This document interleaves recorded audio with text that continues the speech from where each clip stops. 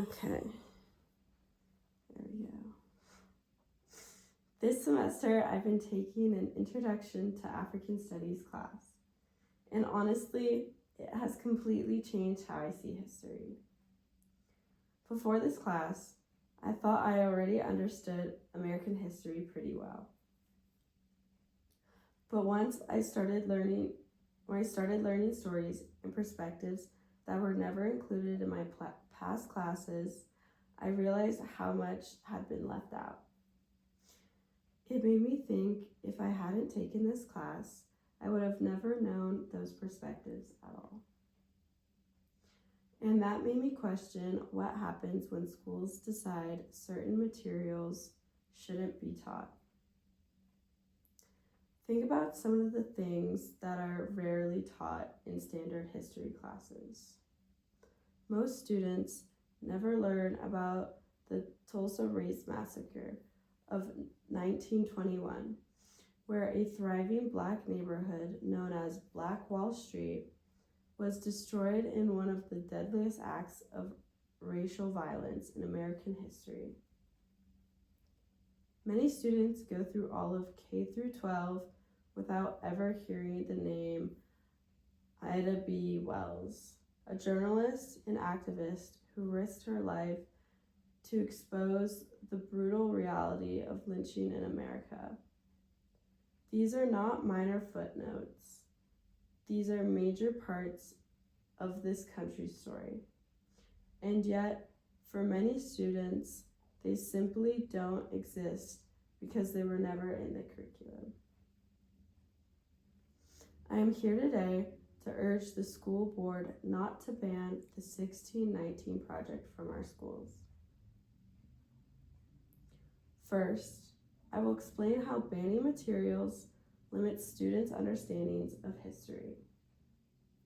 Next, I will show how learning from multiple perspectives helps students think critically. Finally, I will address concerns about bias and explain why banning is not the solution. The real issue here is not the 1619 project. The issue is the acting of banning it. When schools remove materials, they limit what students are allowed to learn.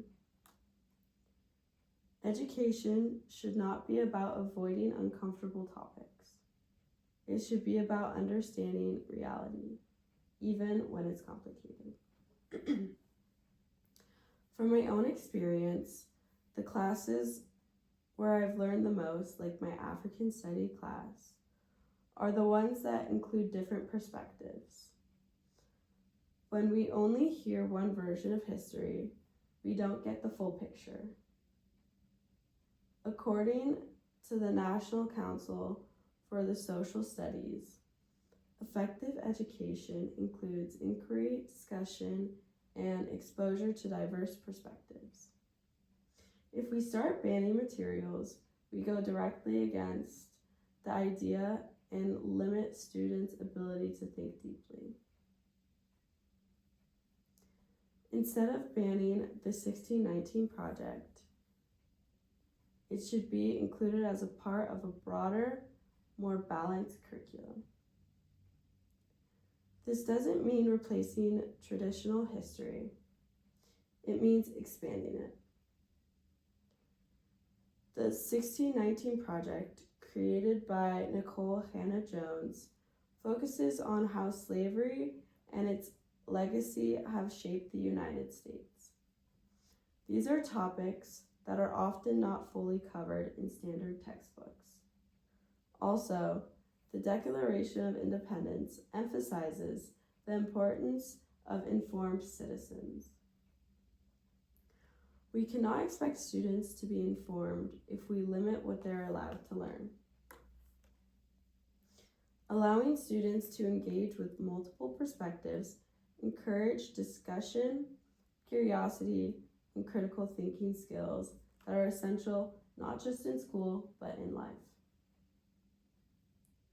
Some people argue that the 1619 project is biased or inaccurate.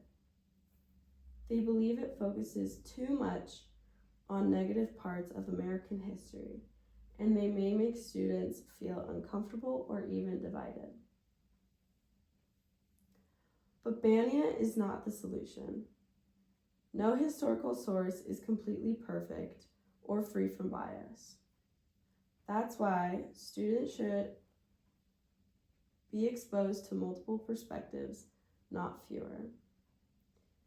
Allowing students to read the 1619 Project does not force them to agree with it.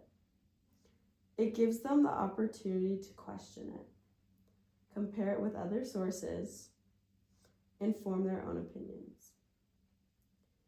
If anything, banning it prevents students from developing those critical thinking skills. Education should challenge students, not protect them from difficult conversations.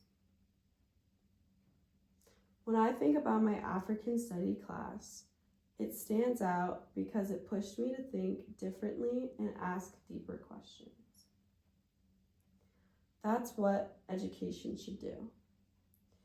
If certain perspectives had been removed from that class, I wouldn't have had that experience, and I wouldn't have grown in that same way. Banning the 1619 Project would take away that same opportunity from other students. I urge the school board to vote against banning the 1619 Project and instead support an education system that values open discussion, multiple perspectives, and a complete understanding of history. Thank you.